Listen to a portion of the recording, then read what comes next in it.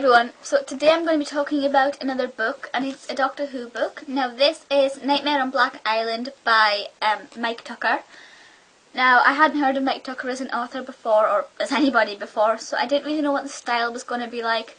I've read some Doctor Who books where it does feel like you're reading, you know, where you can really see the episode, and then I've read Doctor Who books where you just can't make any connections. This one is fantastic. Just before I get into it, the only downside is that the only really mention of the fact that it's Doctor Who, like as far as mentioning the TARDIS or screwdriver and things, there's not that much mention of it. So it could also just be an average sci-fi book. They're only in the TARDIS for a little bit, they don't really talk about other things. But the Doctor's in it a lot and Rose is in it, so it's brilliant. The Doctor and Rose, they land in Wales, in a little village in Wales. I couldn't tell you the name of it because I can't pronounce it. And they get there and they realise that nobody is out at night time, and that's because monsters come out at night time. They realise that when the children go to bed, monsters come out in the woods and on the sea and everything like that, and the Doctor has to try and realise why the children first of all create these monsters. You know, is it the children creating these monsters, or is it the monsters coming out because the children are asleep? You know, it's which one is it? And then once he works it out, he's got to find out, you know, how the monsters are being created, because it's not a normal thing. You know, we go to sleep, monsters don't come out at night that we know of.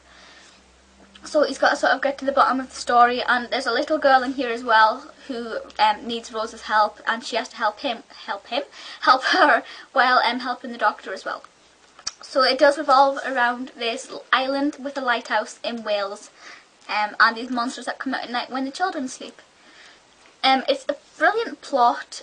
Definitely not like any of the episodes on TV.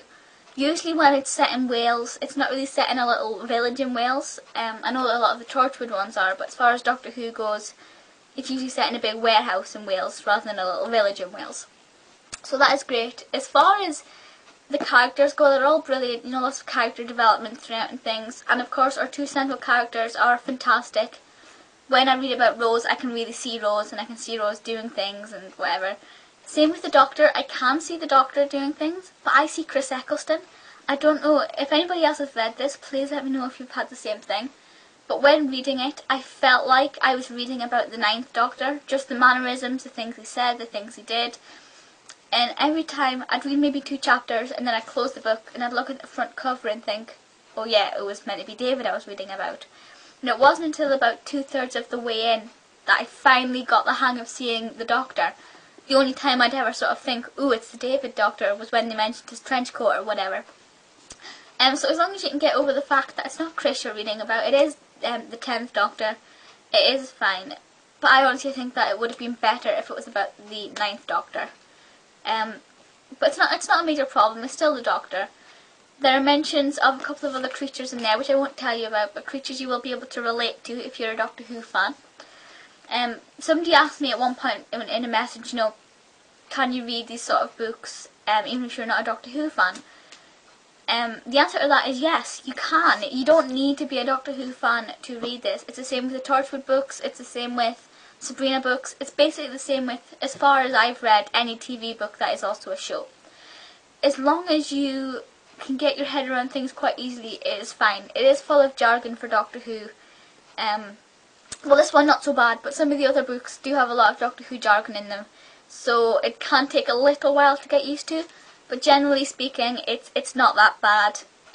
It's enjoyable either way. It's more like just a mystery story if you're not a Doctor Who fan, but it is a fantastic Doctor Who book if you are a Doctor Who fan. It looks absolutely amazing, as you can see there. Lovely blue spine, they all have different colours and things, and Billy and David's names on the back there. And this is a library book. As you can see, it's a library book. But I will be buying them. I know they're £2 in the works. I don't think they have this one, at least not in the Metro Centre, but they're dirt cheap online.